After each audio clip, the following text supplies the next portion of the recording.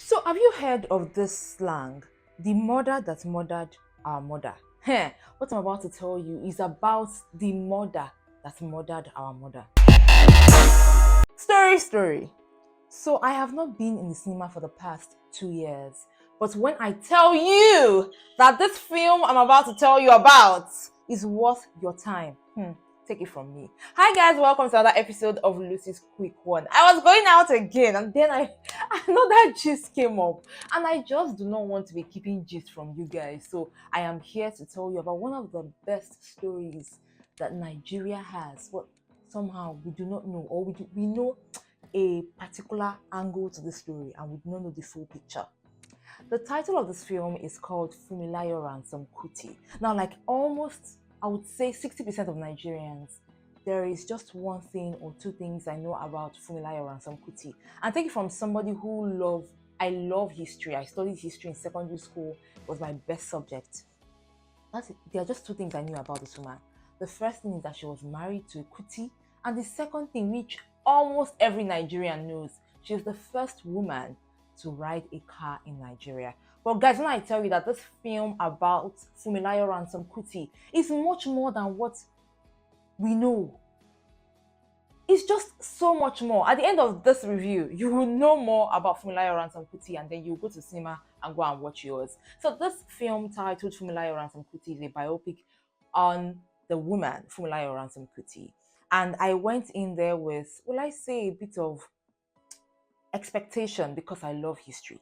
So this film this film talks about three stages of this woman's life: her childhood, her youth, and then her old age. Now, the childhood, we can see that this woman is supported by her father. Her father is one man that loves education, and then he takes his daughter to school because he wants her to get an education. And guess what, guys? Her father took her to an all-boys school. Now, first things first, guys, when you talk about history, Funmilayo Ransome Kuti is the very first woman to attend an all-boys school called Abeokuta Grammar School. Now we move on in the story where she finds love. And you people know that wherever there's love, I'm there. Okay, focus. So while at school, Funmilayo Ransome Kuti meets a guy called Israel, and then they become friends, and then that's how their love story starts. So at the end of school, she travels out of the country to get an education, and the guy also travels out of the country to also get an education, but they were always writing letters. She comes back, they get married, and then Funmilayo Ransome Kuti is a teacher. But because of her love for education, that's moving to her youth now, Funmilayo notices that one of her students had been absent from school. So she goes to the market to ask the mom why this child had not been coming to school. When she gets there, while they were talking, tax collectors are coming and begin to disturb the market women, and she had to confront one of them. And because of that, she was hailed and all of that. And she was wondering, like, why are these guys taking so much from the market women? Keep that story aside. Now we're introduced to another person who is her sister-in-law. Now her sister-in-law is Eniola Soyinka. In case you do not know, Eniola Soyinka was the mother of our Nobel laureate Wole Soyinka. Related. You can see how greatness, how they are related. Funmilayo and her sister-in-law were good friends. So together they formed what they call the Abeokuta Women's Union, where it was all about like the elite women who were educated.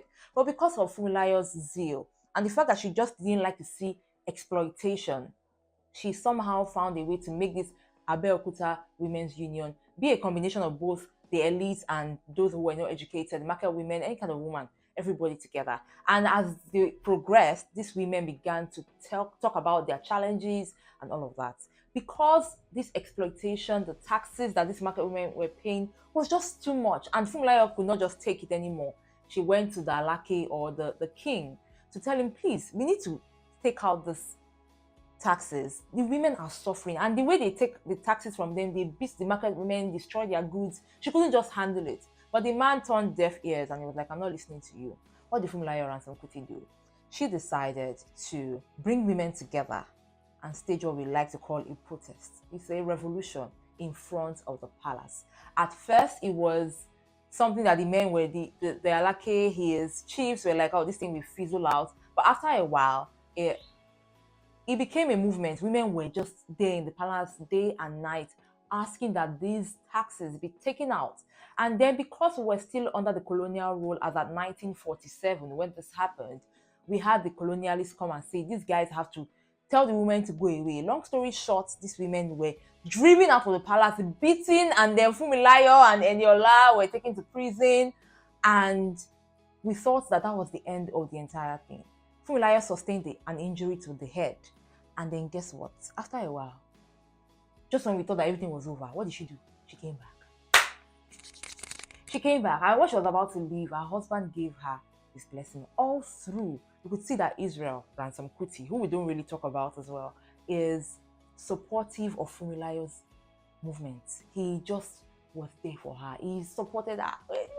You know when they say God when? The God when started in 1920s, the man was very supportive.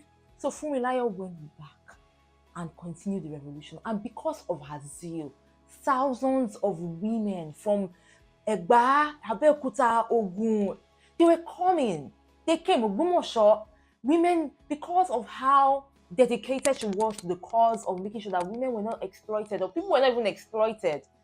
They were there in the palace. And because the numbers kept on growing and growing, they were able to unseat the Alake, take over, and then this whole taxation thing stopped. When I tell you that when I was watching this film, I had goosebumps. The audacity for me, the fact that this existed and I did not even know, is another thing that just gave me. I had different types of emotions. I was happy, I was excited, I was triggered. I was like, what is this? Who are you? Who are you? So guys, it's not only about the fact that Funmilayo Ransome Kuti gave birth to Fela Kuti, who we celebrate today, but there's just so much more to this woman that we did not even know about. This movement that Funmilayo Ransome Kuti led is one that has been called one of the lesser known women's revolts of 1947. But when I tell you that after watching the film, I think it is, or it will be known as one of the wider known women's revolts of 1947, believe me. So guys, in case you are wondering, like, what should I watch? What should I invest my time in? This is one film that you should invest your time in and go and see. There's just so much that happened in this film. I just want to come and summarize it because it's a gist. So please, if you have the time, go and watch this film. With that, guys, I got you with more right here on this channel. Till then, remember to enjoy every moment. I know, in case you're wondering why I wore the glasses, I wanted to honor the woman. Have an amazing time. I got you with more next time. Mwah. Bye.